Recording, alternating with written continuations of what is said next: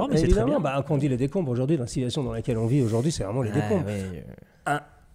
Une année où on lance, pour des raisons écologiques, de la sauce tomate Heinz sur un Van Gogh, ça s'appelle les décombres. Je vais juste expliquer que pour moi, ça n'engage que moi bien sûr, une mode d'une société malade, ça ne m'intéresse pas. C'est du dropshipping chinois avec des tissus en polyester, mais tu vois, les gens ne veulent pas forcément non plus connaître ce qu'ils vont mettre, mais juste s'habiller comme. Mais tout de même, ça veut dire que des gens qui ont des physiques qui ne sont pas extrêmement faciles peuvent toujours s'en sortir. La preuve, Alex, non, je rigole. C'était juste pour rire.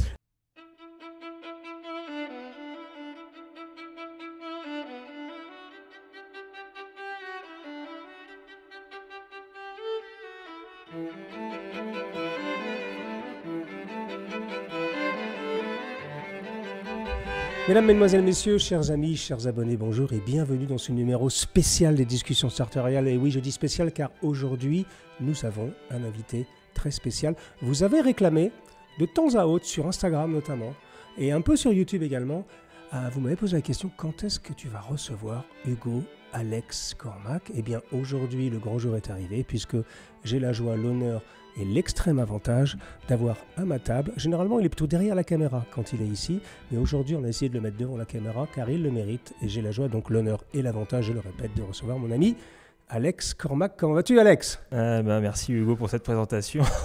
Je vais très bien. Merci de m'accueillir à ta table pour une fois. D'habitude, c'est vrai que je suis plutôt derrière. Oui. Et merci à tous ceux qui ont demandé à ce que je vienne. C'est très sympa. Oui, alors on ne pouvait pas faire autrement. Bon, j'ai un peu résisté. Oui, je sais. Et puis finalement, je me suis dit, allez, Alex fait partie de cette nouvelle génération qui ont embrassé le style sartorial, la démarche sartoriale, qui ont décidé, je ne sais pas par quel hasard ou par quel miracle. Dis-le, allez, grâce à qui? Non, mais je ne sais pas pourquoi tu as décidé d'en faire presque ton activité principale. Donc on va en parler tous les deux, mais je voulais quand même faire une petite introduction sur Alex. Alors, d'abord, nous, on l'a repéré avec Sonia il y a 1 an et demi, quelque chose comme ça, en disant « Ah tiens, ce gars, il est en train de faire des choses qui ont du sens. » Parce que aujourd'hui, depuis la création de Parisian Gentleman en 2009, puis après Discussion sartoriale, Sartorial Talks, on a eu une génération spontanée de jeunes gens qui se sont dit « Ah tiens, finalement, il y a peut-être un créneau ici, et surtout, il y a peut-être un sujet intéressant, un petit peu, on va dire, contre le mainstream, comme on dit aujourd'hui, un petit peu à l'envers de ce qui se fait aujourd'hui. » Et donc, on a eu beaucoup de blogs qui sont créés dans les années 2010, puis après, quelques chaînes YouTube, puis après, quelques Instagrammeurs, et puis après, des Instagrammeurs qui sont apparus du jour au lendemain avec 300 000 abonnés. On sait toujours pas comment, enfin, on sait comment ça marche exactement, mais toujours est-il que... Et puis... donc on regardait ça avec Sonia avec un œil bienveillant, j'avoue ça, et puis plutôt amusé au début. Et puis à un moment on s'est dit tiens, ça serait peut-être bien de filer un petit coup de main aux jeunes gens qui se lancent dans ce sujet-là, et surtout de faire notre job. C'est-à-dire que moi ça fait des années que sur Internet je dis mais on n'a pas de compétiteurs. On a des collègues au milieu, c'est-à-dire que notre sujet sartorial était tellement petit quand on l'a commencé que nous, tout de suite, on a eu cette démarche. Par exemple, on a aidé Julien Scavini à se lancer avec Steve Collard. On a eu de très bonnes collaborations avec Bonne Gueule pendant très très longtemps. Tous les gens qui touchaient de près ou de loin notre sujet, on trouvait que c'était simplement bien de les encourager à continuer parce que pour que notre mouvement existe, encore faut-il qu'il y ait plusieurs voix qui s'expriment. Et depuis... on va dire, en ce qui nous concerne, 1 an et demi, on suit le travail d'Alex et on doit avouer qu'on est plutôt favorablement impressionné par son travail, par sa fraîcheur de ton, par l'énergie qu'il y met, par l'énorme travail qu'il met derrière et par le fait que, il est en train de faire son petit chemin, de tracer son sillon sur l'Internet en faveur de l'art sartorial. Et pour nous, c'est comme si on était un peu les grands-parents de l'affaire, quoi. Alors, j'ai pas tout à fait l'âge pour être son grand-père, je pourrais être son père très, très, très facilement. Voilà. Mais donc, trêve d'introduction. Voilà. Donc, on voulait recevoir Alex pour parler à nos abonnés les plus jeunes et pas uniquement aux plus jeunes pour qu'ils nous disent d'où il vient, ce qu'il fait, sa trajectoire, pourquoi diable est-il tombé dans l'art sartorial comme ça, comment a-t-il fait pour tomber dans la marmite. Donc ma première question, petit point de détail, Alex ne connaît pas les questions que je lui posais. Ce qui est quand même chouette, non? Ce qui est très vicelard. Non, c'est très sympathique. C'est très sympa. C'est très sympathique, mais moi, c'est pour garder la fraîcheur. Donc, c'est totalement improvisé. Il n'y a pas de piège pour toi. Il y a juste, j'ai envie de te poser des questions directes et je trouve ça plus intéressant quand tu ne connais pas encore les questions pour que tu puisses nous répondre de manière extrêmement spontanée. Alors, premièrement, raconte-nous qui tu es rapidement, ton âge, d'où tu viens, ce que tu fais dans la vie, parce que je sais qu'il y a une autre activité que influenceur, comme on dit aujourd'hui. Donc raconte-nous, donne-nous un tout petit peu le pédigré de Alex Cormack en 1 minute. En 1 minute. Donc, Alex Cormack. Oui, 26 ans 26 ans, oui. 27 en novembre quand même. D'accord. 1m80, 95 kg. Et dans ma vie de tous les jours, en fait, mon vrai métier, c'est d'être photographe et vidéaste. J'ai ouvert mon auto-entreprise quand j'avais 19 ans. Oui. Après avoir pas du tout aimé l'école et l'université, donc j'ai décidé d'arrêter, de faire ce qui me plaisait et j'ai acheté un appareil photo tout simplement. Oui. Et voilà, maintenant ça fait bientôt 7 ans que je fais ça. D'accord. Donc j'ai travaillé pour des boîtes, alors je travaillais pour des entreprises locales au tout début. Est-ce que tu es en Bretagne? Oui, maintenant je suis en Bretagne. Alors, mais à toute base, je viens d'Isère. D'accord. J'habitais à 50 km de Grenoble. Très bien. Et ma mère est savoyarde. Donc j'étais élevé dans les montagnes jusqu'à mes 22 ans, 23 ans. La Bretagne, alors? Et parce que j'étais venu une fois, enfin je suis venu une fois en Bretagne auparavant pendant des vacances. J'avais été invité par un centre pour enfants épileptiques, peut-être qu'on pourra en reparler. Ah oui, c'est vrai que tu as un problème d'épilepsie. Oui, on en reparlera à la fin. J'imagine qu'il y avait peut-être. Et j'ai été invité une fois, il y a le seul centre pour enfants épileptiques qui a des difficultés scolaires, il n'y en a qu'un seul dans même tout le monde en fait, c'est uniquement en Bretagne, ça s'appelle Toularoite et j'ai été invité une fois et je suis tombé amoureux de la région. D'accord. Vraiment, c'est magnifique, on s'y sent bien, il fait bon vivre, il fait beau, il fait pas très très chaud. C'est vrai qu'en été, tu vois, on arrive à 20-25 degrés, tandis que toi tu meurs sous 30 degrés. Et voilà, c'est un climat et c'est une région qui me plaît beaucoup. Donc c'est beau. Je suis breton. C'est beau. Puis les gens sont gentils en plus. Et puis il faut savoir les apprivoiser. Ouais, il y a du caractère quand même chez le breton, mais ça va. C'est des gens qui sont même relativement accueillants, mais qui mettent trop de sel partout. Par contre, ça c'est une horreur. Alors, première question, pourquoi le style sartorial? Comment t'es tombé dans cette marmite? Pourquoi d'un seul coup tu t'es dit ah tiens finalement, est-ce que ça a démarré, j'imagine, avant d'être influenceur? Et on verra, on va redéfinir ce mot parce que moi j'ai un petit problème avec ce mot-là, mais bon, on en a déjà parlé. On y reviendra tout à l'heure. Mais comment tu as fait pour tomber dans la marmite sartoriale et surtout qu'est-ce qui t'a décidé à en faire une deuxième activité et peut-être à terme ton activité principale? Eh bien, c'est pas très compliqué en fait. Quand je suis venu en Bretagne, j'ai du coup changé complètement de vie. J'ai fait 900 km pour refaire ma vie avec ma compagne de l'époque. Oui. Et j'ai toujours aimé le style avec le gilet. Porter des gilets, des chemises avec un gilet de costume. C'est quelque chose qui m'a toujours plu. Oui. J'ai vu ça au tout début dans les films. Tu vois, dans Iron Man par exemple, Tony Stark, il a souvent des costumes 3 pièces. Il a souvent le gilet avec les manches de chemise remontée. Je trouvais que ça avait une gueule folle, un peu à l'américaine. C'est pas terrible, mais vraiment bien taillé. Tu vois, je trouvais que ça avait vraiment une gueule folle. Oui. Et ben quand je suis arrivé en Bretagne, je me suis dit que j'allais tout changer. Tu vois, je me suis dit je vais faire du sport, je vais essayer de manger mieux et je vais essayer de m'habiller mieux. Tu t'habillais comment avant?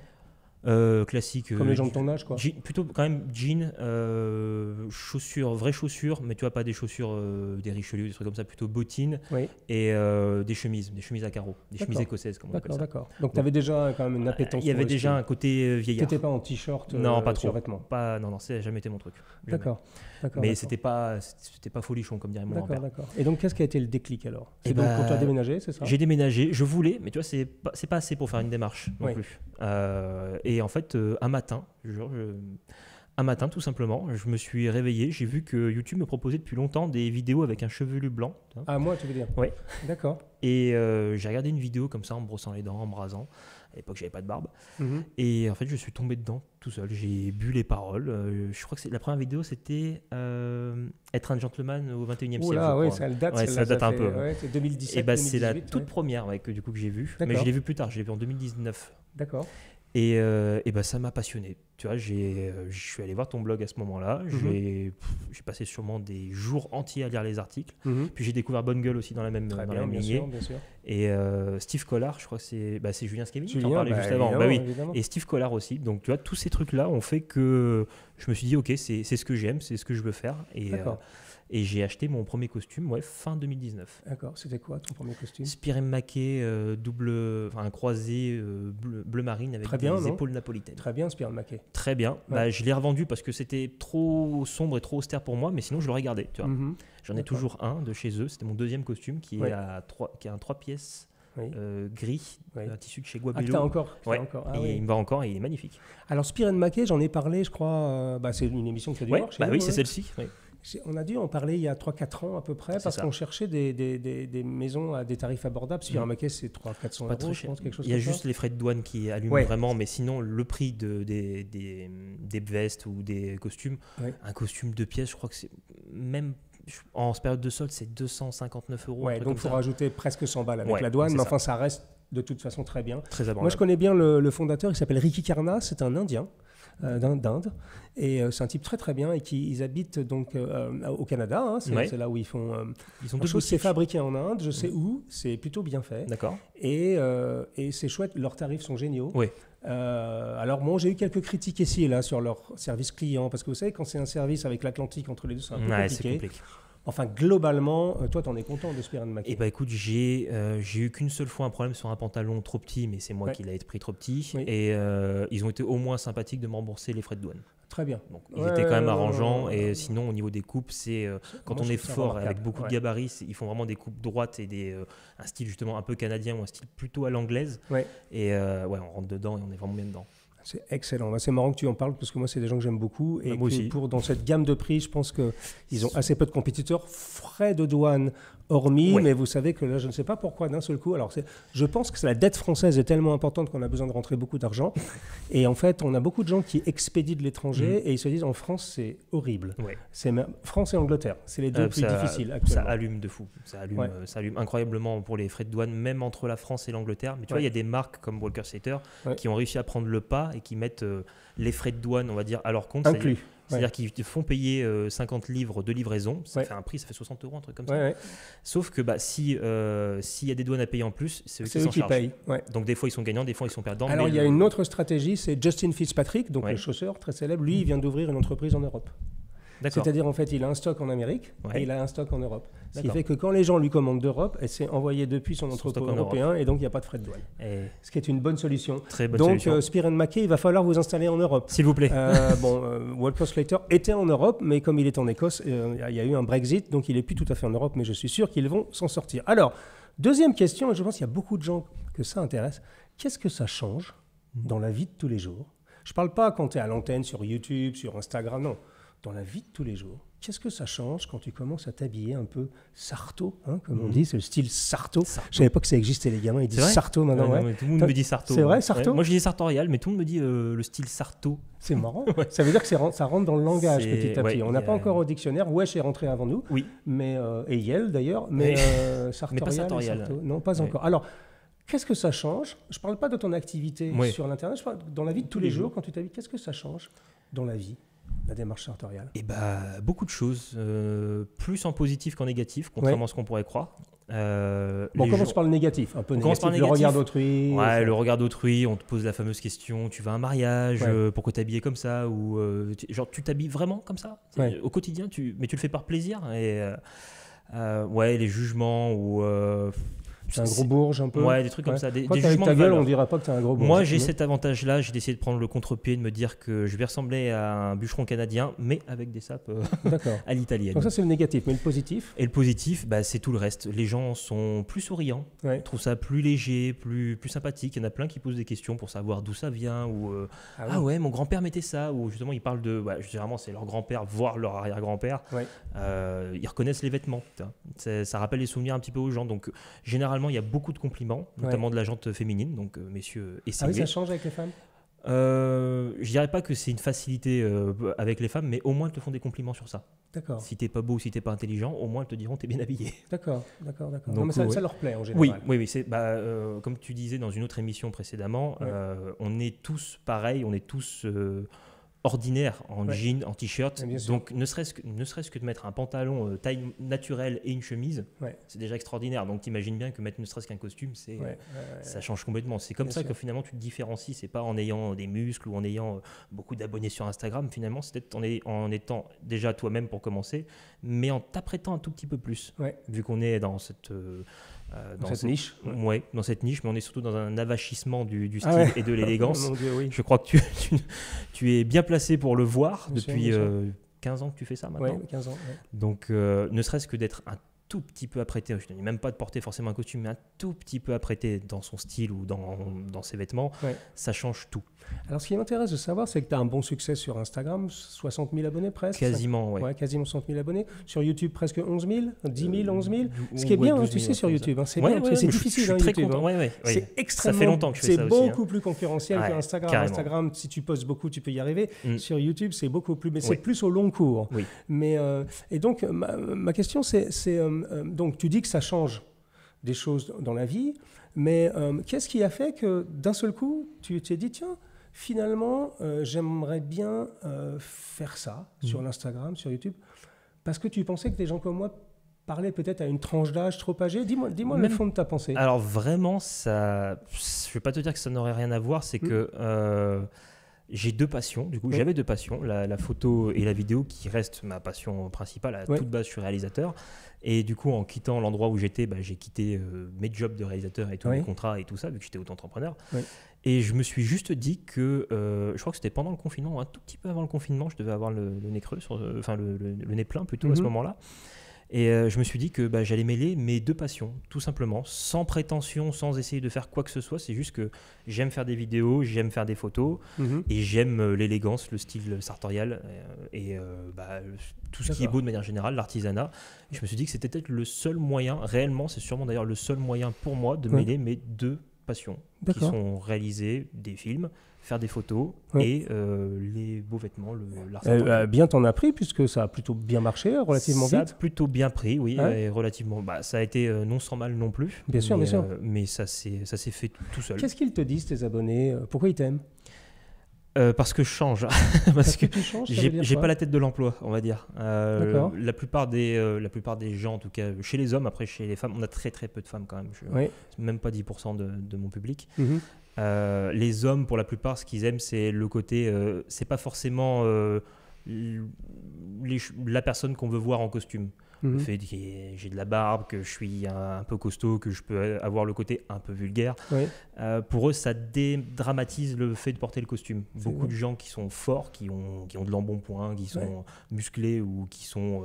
qui ont un physique, qui ont un physique ou opulent. Ou qui veulent en tout cas, qui veulent pas se faire taire par le costume. Ils veulent porter le costume pour ce qu'il est, donc avec eux. Ils ne veulent pas le porter de manière comme Zara ou comme certains influenceurs étrangers et français qui sont un peu trop coquets ou qui sont un peu trop à leur goût, bien sûr, un peu trop coquets, un peu trop sophistiqués, un peu trop hors sol. C'est ça. Ouais. Ils préfèrent. Alors c'est clair que ça peut pas plaire à tout le monde non plus. C'est très clivant d'avoir cette attitude-là, surtout sur les réseaux sociaux. Mais en tout cas, c'est ce qui revient le plus souvent. Donc ça veut dire qu'ils se disent, tiens, un mec à qui je peux m'identifier, peut-être par ton âge d'abord, par ta façon de parler. Et puis, par le fait que tu n'es pas un physique, on va dire, commun, tu es un peu balèze, et tu es tatoué, tu as la barbe, etc. Et ça encourage beaucoup de gens à te suivre. En tout cas, c'est ce que... J'ai pas la prétention de dire ce que les gens pensent de moi, mais en tout cas, c'est ce qu'ils me disent eux. Sur mon contenu ou sur ce qui fait qu'ils s'abonnent ou qu'ils aiment. C'est de parler simplement... avec un côté peut-être plus 21e siècle, donc c'est clair que c'est moins... C'est moins emberlificoté qu'ici. On est bien là. On est bien, mais je suis sur ta chaîne, donc tu m'as dit tiens-toi à carreau, Alex. Non, c'est pas vrai. C'est un mensonge. C'est un menteur. C'est moi qui mens. Non, mais c'est bien, je suis content que tu me dises ça, parce que donc ta typologie, c'est difficile de savoir vraiment les classes d'âge, parce que même sur Instagram, c'est un peu trompé, mais en fait, c'est quand même plutôt des jeunes gens. J'ai pas trop jeune non plus, tu vois. La tranche d'âge qui me suit le plus, c'est les 25-35. Je crois 50, plus de 60% des hommes qui sont des 25-35 et plus de femmes qui ont entre 18 et 25 par contre. D'accord. J'aime bien la veste que tu portes. Alors ça, c'est de nos copains Sartorial Ouvriers. Oui, Comment s'appellent-ils? Je les suis un tout petit peu. Écoute, on va leur faire un petit coucou. C'est Louis et Nicolas. Qui sont en Bulgarie, c'est ça? Qui sont expatriés en Bulgarie il y a 2 ans, je crois maintenant. D'accord. Moi, je les connais depuis avant. Ce sont des connaissances d'Internet, tout simplement. Vu qu'on avait la même passion, forcément. Ils avaient un site qui s'appelait Troisième Monde, c'est ça, au début? Une chaîne YouTube, je sais. Et ensuite, ils ont fait Sartorial Ouvrier. Et ça, c'est leur première veste, en fait? Je crois que c'est leur première veste réellement, du coup. Je leur ai commandé une veste. J'aurais commandé un costume, en fait. Mais il se trouve que soit je me suis gouré dans les prises de mesure, ce qui n'est pas forcément impossible. Soit il y a eu un petit problème au niveau de la prise de mesure. Donc le pantalon est un peu grand. Mais par contre, la veste est plutôt bien. Pas trop mal. Plutôt bien, encore un tout petit peu de travail au niveau des épaules. Elles sont un tout petit... Parce que toi, tu es balèze. Je suis démesuré au niveau des épaules. Mais c'est bien quand même. C'est bien ce qu'ils font. Moi, j'essaie de les encourager parce que... Alors, je ne les connais pas personnellement. Je les connais comme ça. J'ai dû poster 1 ou 2 commentaires sur leur travail. J'aime bien leur démarche. En fait, tout ce qu'ils essayent de dire, c'est que l'art sartorial, c'est pas uniquement pour les nantis. Et puis aussi, tu peux aussi avoir un costume que tu peux porter tous les jours. D'où cette idée d'un costume en jean, en fait. C'est du vrai denim, c'est ça? Alors, c'est un vrai denim, je crois, 15 oses, donc quand même relativement épais. qui est à la base un denim brut. Et moi, j'ai demandé à ce qu'il soit délavé par un atelier qui est spécialisé dans le délavage. Du coup, pareil en Bulgarie, ça évite de faire des frais de route pour rien. Ouais. Et du coup, c'est un vrai jean. Donc c'est vrai que pour l'été, c'est un peu chaud. Hein. C'est plutôt pour la mi-saison, voire pour l'hiver. Mais j'aime beaucoup le style, tu vois. J'aime beaucoup l'idée. C'est une bonne idée. Bon, il y a encore à s'améliorer un tout petit peu ici et là. Nous, on a regardé le produit. Bon, c'est des jeunes gens et c'est leur première collection. Hein, t'as un meilleur œil que moi aussi pour ça. Bah, c'est-à-dire que j'ai juste un œil un tout petit peu plus habitué, tout simplement. Mais il y a 2-3 choses au niveau de la coupe. Mais ceci dit, ton gabarit est quand même assez particulier, donc ils s'en sortent plutôt pas mal. Ils s'en sortent plutôt pas mal, mais j'aime bien l'idée. Donc ça s'appelle Sartorial Ouvrier. On va vous mettre le lien. C'est des gens qu'on aime bien. Voilà, merci de leur faire de la pub, parce que moi aussi, c'est des amis et c'est des gens que j'aime bien. Donc merci d'en parler pour moi. Non, mais j'aime bien voilà, nous, on est dans cet esprit-là, avec toi, avec eux, avec plein d'autres. On trouve que ça fait... J'ai toujours pour habitude de dire, quand j'ai commencé Paris & Gentleman, je militais dans le désert. C'est-à-dire, je parlais dans le désert. Bon, maintenant, je parle dans les décombres, mais c'est plus agréable de parler dans les décombres. Parce que tu te dis, quand tu es dans le désert, tu n'as rien à sauver. Si ce n'est ta peau. C'est-à-dire, tu parles et puis ça résonne et personne t'écoute. Si c'est dans les décombres, au moins, tu te dis, bon, tout fout le camp, mais il y a des choses à sauver. C'est vrai. Tu vois, tu peux réparer, tu vois le positif quand même dans les évidemment, décombres. Non, mais évidemment. C'est très bien. Quand on dit les décombres aujourd'hui, la situation dans laquelle on vit aujourd'hui, c'est vraiment les décombres. Une année où on lance, pour des raisons écologiques, de la sauce tomate Heinz sur un Van Gogh, ça s'appelle les décombres. C'est-à-dire que plus rien n'existe. Enfin, je veux dire, si tu considères qu'un tableau de Vincent Van Gogh est quelque chose dont tu vas te servir pour te faire remarquer pour une cause que les gens comprennent assez mal et tu utilises un pot de fausse tomate Heinz pour souiller une œuvre énorme comme celle-ci, on est réellement dans les décombres. Mais ça veut dire que dans les décombres, il y a une chose très importante entre le désert et les décombres. Le désert, c'est le désert. C'est le vide. Les décombres, même quand c'est détruit, tu peux reconstruire. Et ce que tu fais, et ce qu'on fait, à l'époque où on parle de déconstruction, eh bien nous, j'ai plutôt l'impression qu'on parle de reconstruction. Je suis d'accord avec ce constat, tu vois, ça me fait penser à un message que j'ai reçu il y a peut-être même pas 2 jours, de quelqu'un qui me disait, sans penser à mal ou quoi que ce soit, mais de manière quand même un peu pinçante, on va dire, à quoi ça sert de s'habiller comme ça aujourd'hui? Il me dit, à l'époque du t-shirt, du jean, même du short, il me dit à quoi ça sert concrètement? Mais il m'explique que c'est pas du jugement de valeur, il veut comprendre, il veut juste comprendre. Et je lui dis, parce qu'il me dit, c'est pas la mode en fait. Pourquoi tu vis pas avec ton temps? Pourquoi tu t'habilles pas à la mode, tout simplement, ou la mode de ton temps? Il faut vivre avec son temps. Cette phrase, je déteste. Et je lui dis, je vais juste expliquer que pour moi, ça n'engage que moi bien sûr, une mode d'une société malade, ça m'intéresse pas. Je préfère la mode d'une société où les gens disaient que ils faisaient un minimum bon vivre ou que c'est beau. Peu importe ce que porte la personne. J'ai beaucoup de... T'imagines bien que mes amis, mes relations, ma famille ne portent pas le costume. Bien sûr. Mais c'est pas pour autant que je dis qu'ils sont mal habillés ou c'est pas pour autant que je me permets de juger leurs vêtements. Tandis que l'inverse n'est pas le cas.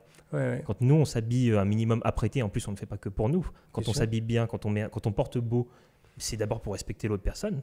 On se dit, attends, je vais pas chez n'importe qui, je suis invité à, tiens, je vais mettre une petite veste, ça lui fera plaisir. C'est pas pour moi, c'est pour dire que je te respecte, tu m'invites, je porte beau pour toi. Et ça me fait plaisir également. Ça, c'est une démarche qui s'est complètement oubliée. Bien sûr, bien sûr. Et là où je te rejoins, c'est qu'en fait, on parle beaucoup de déconstruction et je pense que nous, on est là aussi, alors à toute proportion gardée, on ne va pas révolutionner le monde avec des costumes et des cravates. Cependant, ce qui est très intéressant quand même, c'est que les gens qui nous suivent, je pense que c'est la même chose pour toi, ils sont à la recherche de ça, mais aussi d'autres choses derrière ça. Oui. Et c'est une évidence. C'est-à-dire qu'ils vont chercher autre chose derrière ça. Et d'ailleurs, je ne sais pas si ça t'est arrivé, mais nous, on a eu beaucoup de gens qui sont tombés dans la marmite, comme toi, tu es tombé dans la marmite chez nous, et après tu as fait ton propre truc, et c'est pour ça qu'on est content de t'encourager. Tu verras qu'il y a beaucoup de gens qui deviennent très très vite accros. C'est-à-dire qu'en fait, il n'y a pas de demi-mesure, si je puis m'exprimer ainsi, sans mauvais jeu de mots, dans notre monde. C'est que soit tu n'aimes pas, soit t'adores. Comme on dit aujourd'hui, tu kiffes. Tu kiffes ta race. C'est ça? Bon, oui.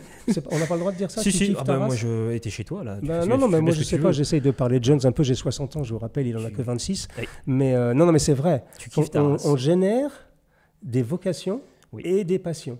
Et ça, c'est génial. Ça veut dire que ce qu'on est en train de faire, alors encore une fois, là, on est vraiment dans notre clocher, on est chez nous, donc on prêche pour notre église, mais je crois qu'on crée quelque chose qui va bien au-delà du vêtement. Mais on aura l'occasion d'en reparler. Alors, ça marche. Quel est donc depuis que tu as commencé ça, on va dire que tu as commencé à faire ça entre guillemets professionnellement, on va dire 2 ans à peu près. Oui, ça fait à peu près 2 ans. Ouais. À peu près 2 ans. Près 2 ans. Donc tu as commencé à t'habiller, tu as commencé, j'imagine, à avoir des marques, à avoir des souliers, des chemises, des costumes, etc. Quel est ton meilleur souvenir?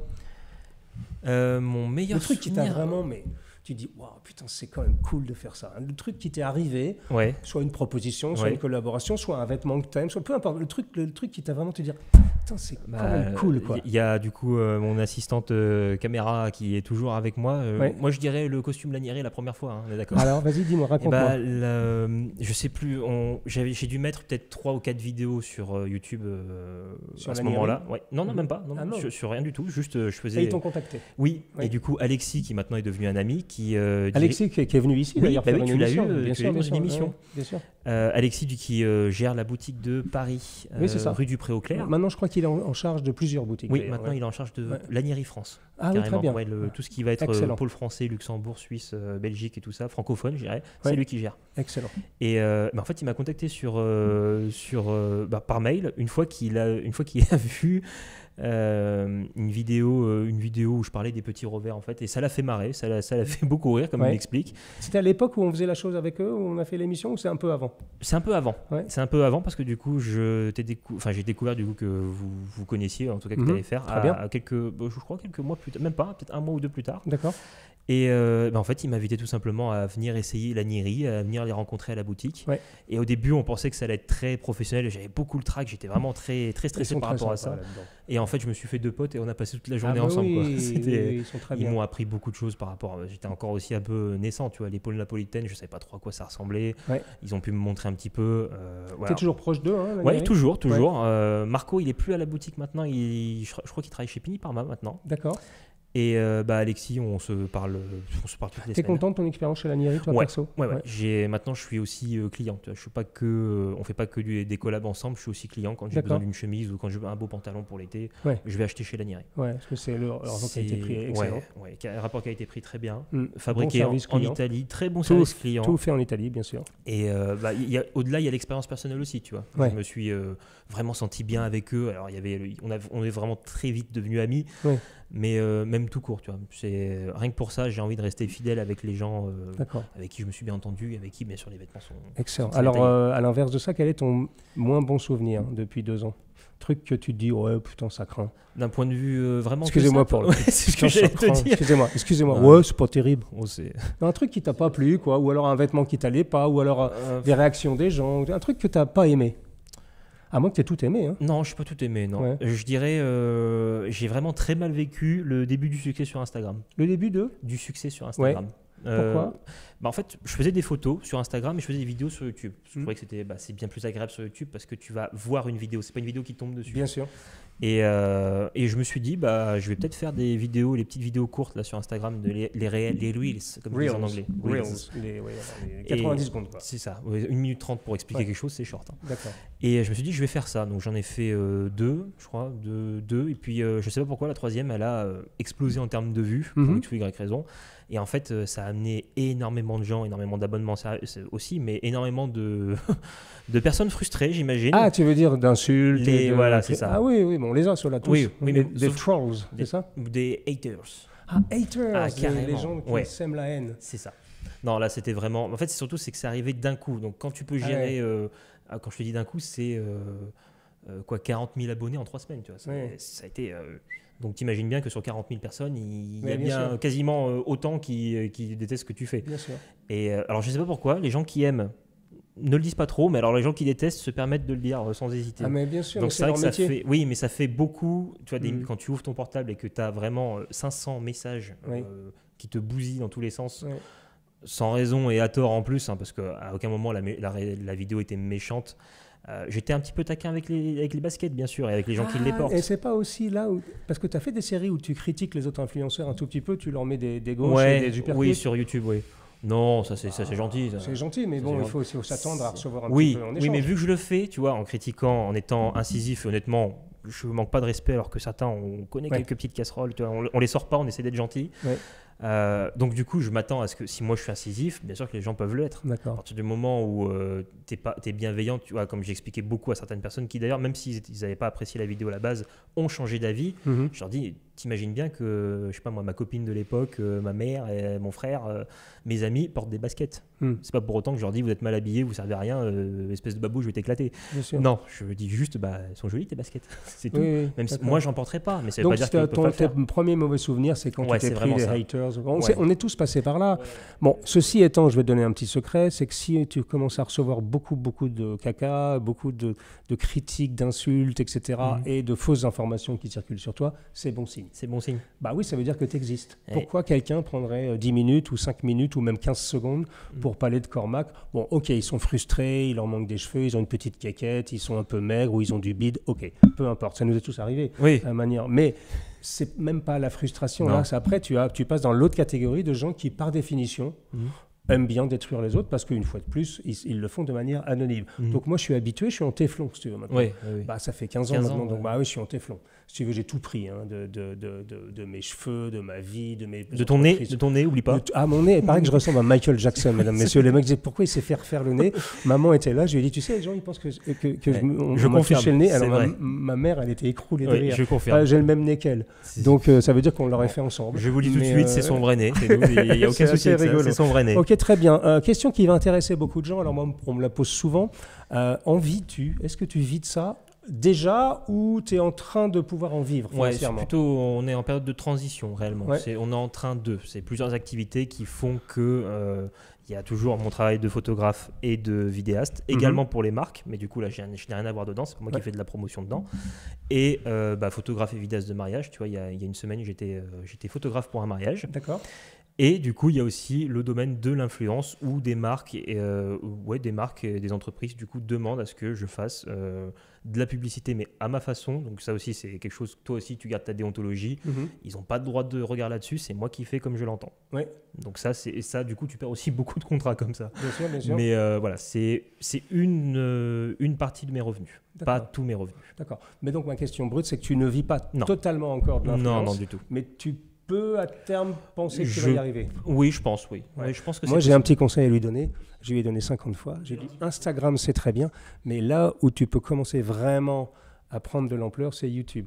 Et moi, je peux te garantir une chose, c'est que 10 000 abonnés sur YouTube, comme tu as presque 11 000 maintenant, sur YouTube, ça vaut, alors je ne veux pas dire de bêtises, mais ça vaut 100 000 à l'aise sur Instagram et peut-être 500 000 sur TikTok. Mais ça, c'est un autre sujet qu'on ne va pas aborder. Ça ne veut pas dire qu'il ne faut pas aller ni sur TikTok ni sur Instagram. Moi, je peux vous le dire, mesdames, messieurs, j'ai refusé. Je ne voulais pas aller sur TikTok par principe, parce que je pense que c'est le niveau zéro de la civilisation. Et c'est vraiment enfin, je veux dire, ça vole pas très très haut, c'est le moins qu'on puisse en dire. Et le plus tu es vulgaire, le plus tu fais des vues. Mais la personne qui s'occupe de ça pour moi, Clément, des bâtisseurs, donc chez qui j'ai fait un long interview, formidable, les bâtisseurs, très bonne chaîne, et qui me disait, mais oui, même, il m'appelle Monsieur Jacomet, j'adore. Et oui, Monsieur Jacomet, vous savez, on peut prendre aussi le chemin inverse, c'est-à-dire que on peut dire, ouais, c'est trop vulgaire pour nous. Mais en même temps, y aller pour remettre de la culture, c'est pas bête. Et donc finalement, on a décidé de le faire. Je te suis donc, sur TikTok YouTube. YouTube. Pour toi, ton futur est sur YouTube, tu es talentueux, tu fais du bon travail, tu fais le travail sérieusement, avec déontologie, c'est le plus important. La déontologie est le plus important. Les gens ont une idée un peu tronquée des influenceurs, comme quoi on boufferait à tous les râteliers. Non. Parce ils voient, tu vois, les gros influenceurs qui viennent des réseaux, comment ça s'appelle, là, les trucs réalité, là, télé-réalité. Oui, c'est deux choses différentes. Bien sûr.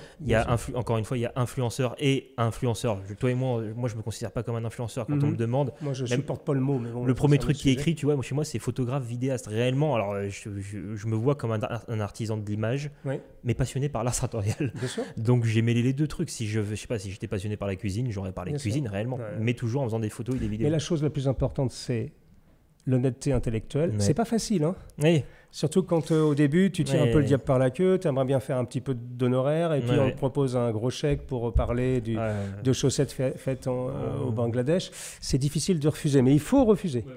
Sans ça, à un moment, tu vas aller dans une impasse.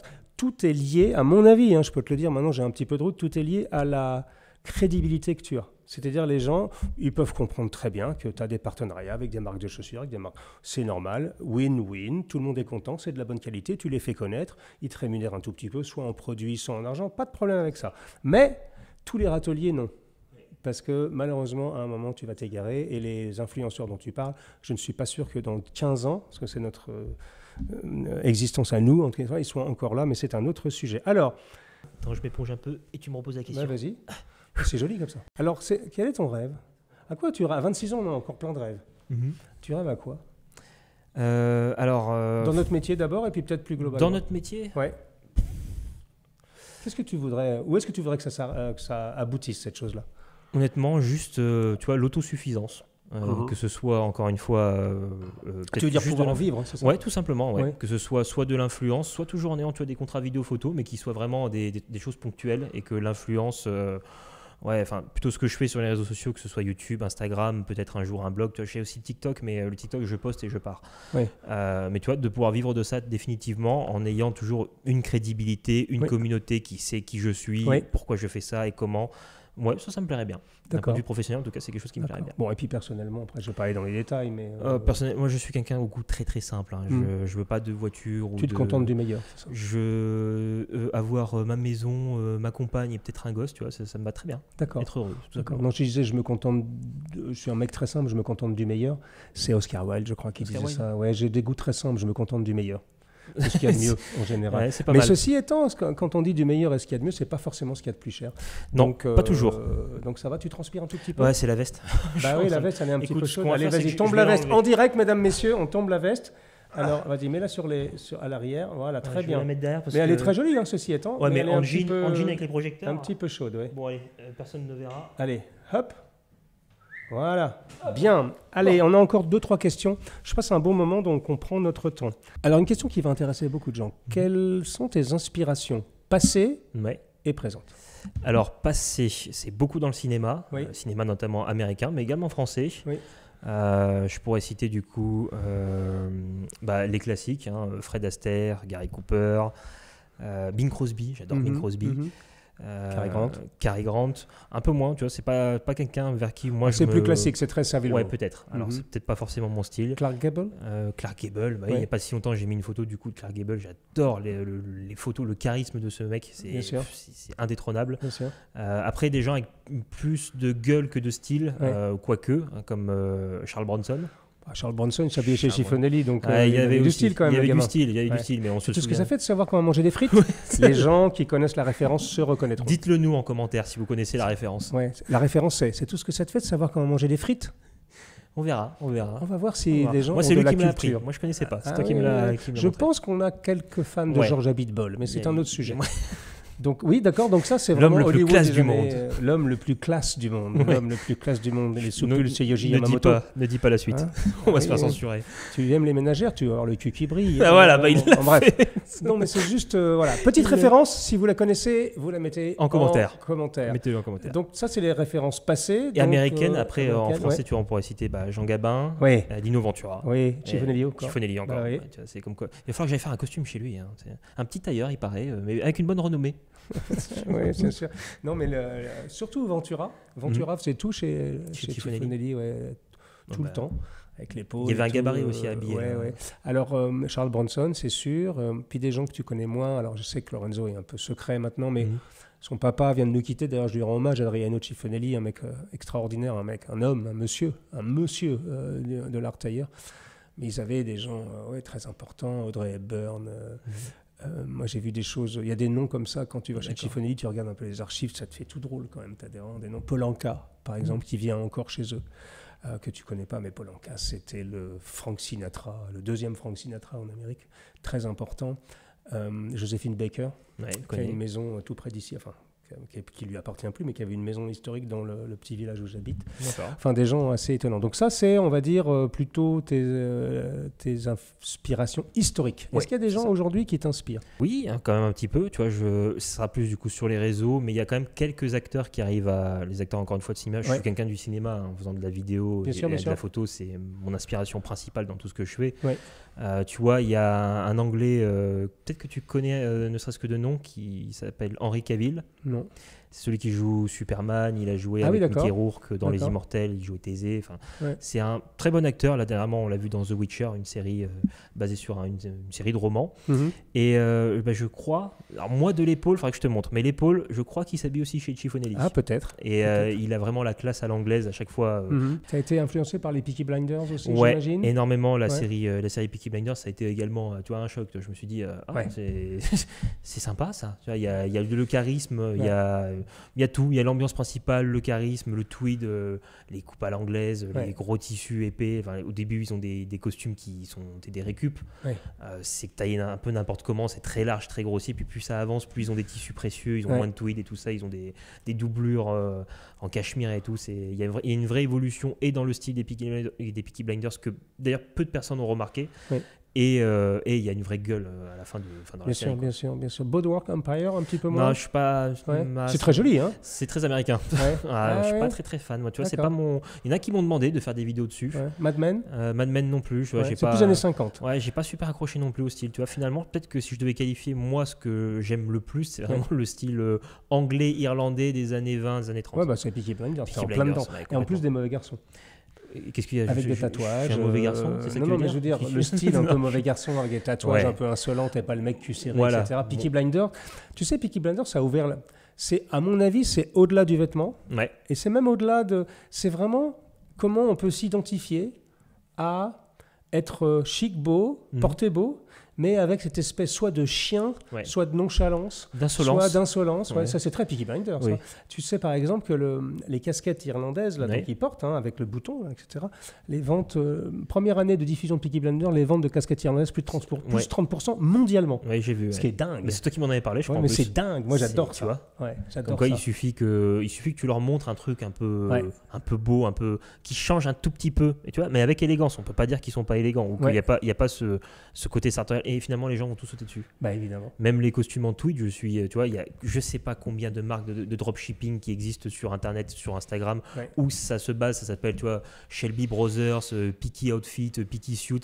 Tout vient de l'atmosphère Peaky Blinders. C'est du dropshipping chinois avec des tissus en polyester, mais tu vois, les gens veulent pas forcément non plus connaître ce qu'ils vont mettre, mais juste s'habiller comme.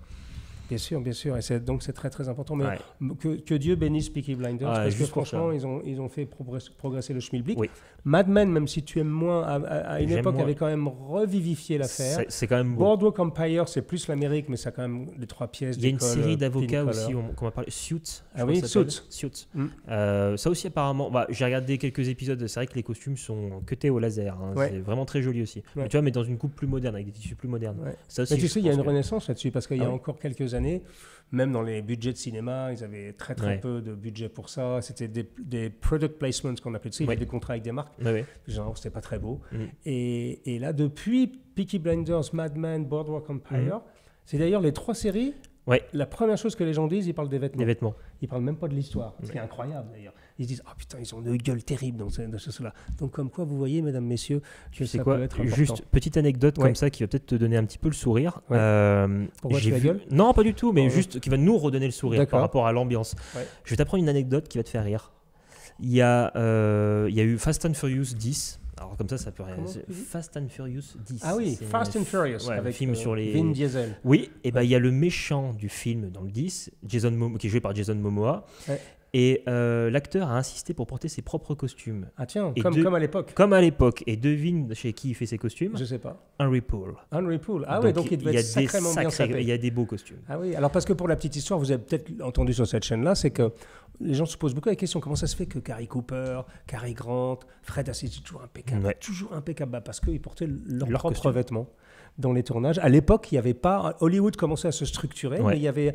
L'habillement, c'était quand même vraiment la chasse gardée des acteurs. Et même Gabin, quand il arrivait, et Ventura, quand ils arrivaient sur les tournages, c'était avec leurs propres costumes. D'ailleurs, il y a une vidéo, on essaiera de la mettre, je vais te la retrouver l'image, parce que c'est toi qui vas faire le montage de cette émission, de Fred Astaire qui est assis sur un fauteuil, et devant, il y a au moins 60 paires de souliers en vrac, parce qu'en fait, c'est son placard à souliers. D'accord. Et il est en train de choisir ses souliers pour son prochain tournage. Et il y a, je sais pas, une centaine de paires, mais c'est ses chaussures à lui. Et donc, évidemment, j'en parlais avec Marc Guillot, il dit, ça fait toute la différence. T'imagines, Gabin, il arrive sur un tournage ou Ventura, ils arrivent, ils sont dans leur propre costume. Donc les mecs, ils se sentent bien tout de suite, quoi. Et puis ils ont un charisme. Absolument. Jean Gabin, il y a une image aussi, je vais la retrouver, je la mettrai, je te l'enverrai. Il y a une image de Jean Gabin dans un croisé. Il n'y a rien à dire. Le charisme de Jean Gabin et le costume parfait. Tu te dis incroyable. La classe à la française. Exactement. Et pourtant, Jean Gabin n'était pas très grand. Il n'était pas très grand. Il n'était pas très bien foutu. Il était un petit peu fort. Mais il avait la classe. Une classe bien sûr. Classe incroyable. Comme quoi, vous voyez, tout ça, c'est quand même, comment dire. Alors, évidemment, Gabin, c'est immortel. Mais tout de même, ça veut dire des gens qui ont des physiques qui ne sont pas extrêmement faciles peuvent toujours s'en sortir. La preuve, Alex, non, je rigole. C'était juste pour rire. Alors, quels sont les gens que tu aimes suivre ? Parce que ça, c'est quelque chose qu'on me pose la question. Alors moi, je peux dire, j'aime bien suivre Alex Cormack. Je crois qu'on suit notre ami Ivan, tous les deux. Oui. Parle de nous, de Ivan. J'aime beaucoup ce garçon. On l'a rencontré. C'est un jeune gars. Hein. Oui. Ouais. Oh, il a 24, je crois. 25. Il est avocat. Oui, juriste. Il vient de passer son barreau. Je pense même qu'il est avocat. Il pourrait être avocat, mais il a décidé de pas faire. De faire autre chose. C'est une sacrée aventure aussi, Ivan. Il a décidé de s'associer à Blandin et Deloy et de créer, du coup, de faire sa propre boutique de sur-mesure Blandin et Deloy à Caen. Alors que le mec venait de finir ses études, il est rentré dans la vie active, il allait avoir une bonne situation. Et non. Par passion, et il a fait non. C'est quoi son Instagram ? Ivan quelque chose. Ivan, c'est écrit Ivan, mais ça se prononce Ivan. LBV. LBV. D'accord. Les initiales LBV. D'accord. Bon, on vous mettra le lien de toute façon. Et c'est un ami. Et c'est bien. C'est top ce qu'il fait. J'adore du coup ce qu'il fait. Et c'est un bon ami, c'est un chic type. Et si vous êtes à Caen, allez faire vos costumes chez lui. Voilà. Ah oui, il est en Normandie. Il est en Normandie. Breton et Normand qui sont amis, tu vois, comme quoi. D'autres comptes que tu suis, que tu aimes bien, que tu as envie, ou des copains que tu as envie de. Là, c'est le moment de filer un petit coup de main à tout le monde. Je fais de la pub. Attends, il faut que je réfléchisse un peu. Il est un peu connu, mais il y a Kevin Tipstyle qui donne des conseils de style, maintenant un peu de lifestyle. Il est très gentil, il est très drôle. C'est un Kebla ? Oui. Il est cool. On dit un Kebla parce qu'on n'a plus le droit de dire un noir. Donc on dit un Kebla. Moi, c'est mon pote. Il a son style à lui. Il est rigolo. Il met vraiment une fraîcheur. Il se prend pas au sérieux. Il est super drôle. Et après, d'autres... je vois pas là directement, tu vois, mais en inspiration, après, moi je suis Chiffonelli, je te suis toi, Walker Sitter, Guillaume bien sûr. Après, il y a quelques Italiens, mais tu vois, on aime bien Lino, on aime bien Squarzi, on aime bien un peu toujours l'italien, un peu Luca Rubinacci. Alors Luca, il est un peu rigolo. Hello my friends, I'm very happy to be with you today. C'est Luca. C'est Luca, il est vraiment rigolo, mais moi je l'aime bien. Moi aussi. Il a bon esprit, puis Rubinacci, c'est une institution. Il rentre bien. Après, moi, il y a 2-3 japonais qu'on aime bien aussi. Je suis pas très fan des. Moi, je les aime bien. Mais bon, ils font tous 1m60 et 50 kg. J'ai du mal à m'inspirer de ça. Ça, c'est vrai. Sur eux, les coupes sont incroyables. Tout est ultra bien cuté. Tu te dis, waouh, mais tu pourrais jamais porter ça. Bien sûr. Sur nous, ça marcherait pas. Bien sûr. Donc, il n'y a pas d'autres noms de copains que tu as envie d'aider. Il y a des tailles. Même pas. Là, ils vont tous me détester. Ils vont me dire pourquoi tu n'as pas parlé de moi. Mais allez, il y a Morgan Albuisson. C'est mon kilt maker. Morgan Albuisson. Morgane ? Non, Morgan Albuisson. Alors vas-y, raconte-moi ta passion pour le kilt. On va vous montrer des photos. Oui. Il déchire en kilt, merci, Alex. C'est très gentil de ta part. Écoute, moi je suis d'origine irlandaise et en fait j'ai toujours trouvé que le kilt c'était super élégant, c'est charismatique comme pas permis, et j'ai vu ça avec Sean Connery, tu vois, directement. Donc le kilt. Le kilt, le vrai kilt, pas le kilt à 50 € sur Amazon, le vrai kilt. Et j'ai été contacté par Morgan, pareil, sur Instagram, parce que je sais plus, il a dû voir une vidéo ou quelque chose comme ça. Et puis on a discuté tout simplement, puis il m'explique qu'il est kilt maker, qu'il aimerait bien me faire un kilt en bespoke, réellement, c'est un patronage sur toi qu'il va faire. Et il aimerait bien faire un kilt en bespoke pour moi, avec le tartan que je veux, le tissu que je veux, il va le fabriquer, il me demande un peu le pliage, comment est-ce qu'on veut. On va le montrer à l'image, on a des belles photos, tu as des belles photos. Je les mettrai moi, du coup c'est moi qui fais le montage. Maintenant. Et tout de suite. et du coup il m'a fait ce kilt et il est venu me le livrer en main propre. Mais le problème, c'est qu'il faut que tu aies les gillis après, il faut que tu aies les chaussures, il faut que tu aies la chemise qu'il y avait. Et comment s'appelle la besace devant, ça a un nom ? Le sporran.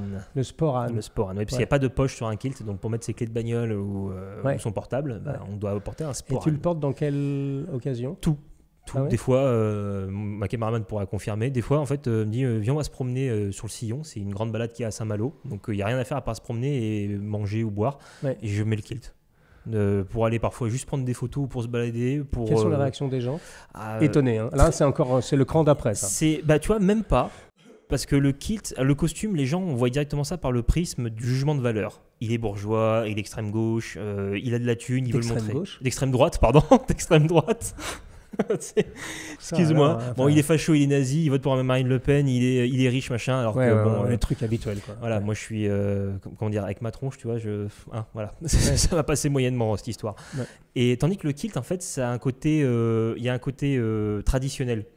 Et les gens parfois viennent me parler en anglais en pensant directement que je suis écossais ou irlandais. C'est cool. Alors que non, pas du tout. On a croisé une fois un anglais qui était en vacances à Dinard, j'habite pas très loin, et qui est venu nous parler parce que lui il adorait le kilt, machin. Il disait que j'en ai aussi. Il trouvait que le mien était plus joli que celui de Morgan d'ailleurs. Parce que moi j'ai un tartan irlandais. Tu vois, il y a aussi des différences entre les tartans irlandais et écossais. Donc Morgan il est français. Morgan est français. Et il t'a fait un kilt avec un tartan irlandais que j'ai demandé. Qu'il a redessiné en fait, qu'il a fait retisser. Lui en fait il a acheté le rouleau de tissu. D'accord. Et après il a coupé pour pouvoir faire un kilt. Ah oui, donc tu as trouvé un tartan qui existait et que tu as acheté.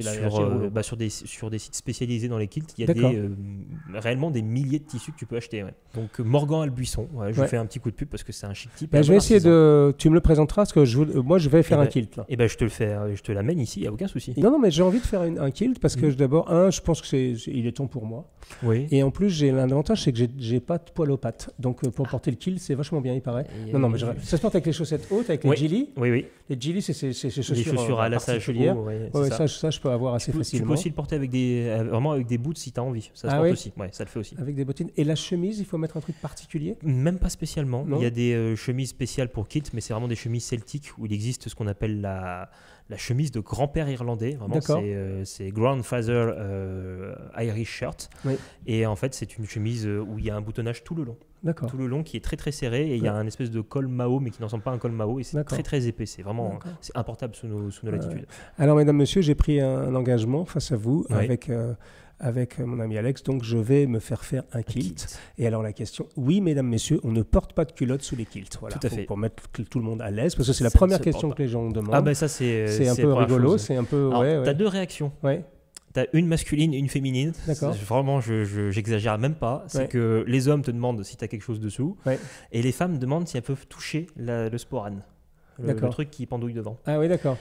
Parce qu'elles savent qu'éventuellement... Je sais pas, mais du coup, il y en a plein qui veulent toucher parce que c'est en peau de phoque, du coup, ils veulent toucher, voir si c'est doux, machin, et c'est très dérangeant. C'est un tout petit peu... Ça nous montre un peu le niveau de la culture française aujourd'hui, parce qu'un kilt, moi, la question que je poserais, ça serait quand même le tartan, d'où il vient, parce que c'est absolument passionnant, l'histoire des tartans. Très bien. Est-ce qu'on va conclure là-dessus? J'ai juste une dernière petite question. Quelles sont les prochaines pièces de vêtements que tu as mis en route, soit que tu aurais envie d'avoir?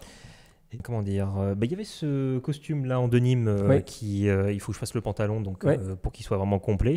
Donc ça peut être assez joli. Ça peut être assez joli. C'est particulier à porter. Toi t'en as un aussi. C'est pas ce qu'on porte tous les jours. L'été c'est un peu dur, mais ça non, c'est particulier. À la mi-saison, en Bretagne à la mi-saison c'est beaucoup. Pas cravaté avec une chemise ouverte, ça peut être assez chic. Ça peut être sympa. Ça peut être assez chic. Et sinon un smoking. Tu vois, là avant la fin de l'année me faire un smoking parce que j'en ai pas. T'en as besoin. Et je commence à être dans le cercle. T'as une idée de ce que tu vas faire en smoking?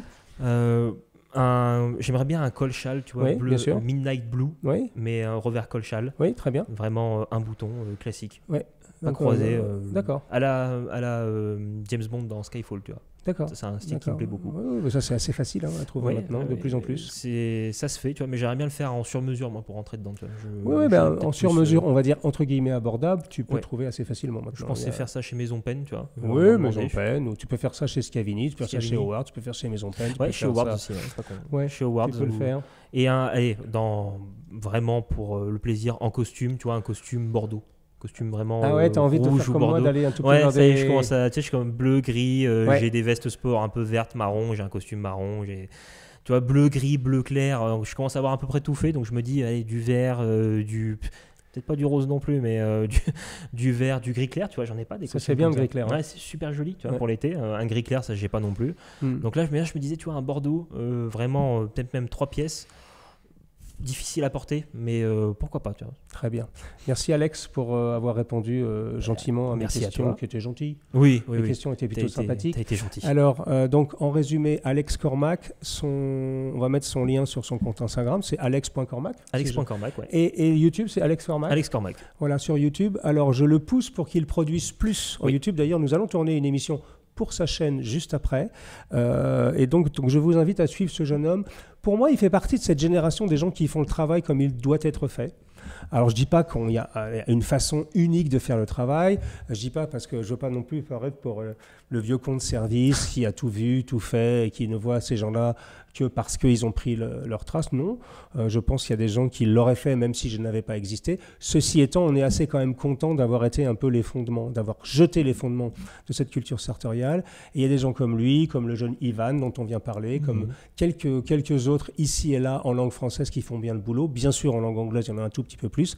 Aujourd'hui, nous, on considère que pour que notre mouvement, on va dire presque, on aime bien cette notion, l'élégance est une nouvelle dissidence, ça va devenir notre... Alors c'est Mathieu Bock-Côté qui l'a inventé sur Dandy Magazine, mais c'est suite à une discussion qu'on a eue ensemble, c'est vraiment ça. Et pour que ce mouvement commence à se structurer, alors je ne parle pas de mouvement de politique, mais je parle c'est un mouvement presque de style de vie, voilà, un peu en réaction au grand avachissement généralisé, et bien c'est important que des jeunes gens comme Alex et d'autres se lancent dans ce créneau, sur ce créneau, et puissent avoir du succès. Ce qu'Alex a, donc je vous invite à vous abonner à sa chaîne YouTube, et aussi à son compte Instagram. Bon, le TikTok, c'est un petit peu à côté, on s'en fout un tout petit peu. Moi-même, j'ai un TikTok aujourd'hui.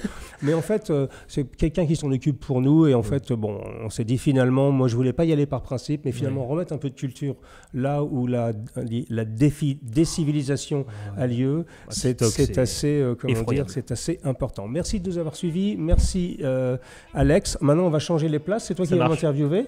On va le faire. J'espère que vous regarderez les 2 épisodes. Vous nous direz. N'hésitez pas à commenter. Et surtout, si vous avez reconnu, c'est tout ce que ça vous fait de savoir comment manger des frites, mettez un commentaire. À très bientôt les amis, au revoir.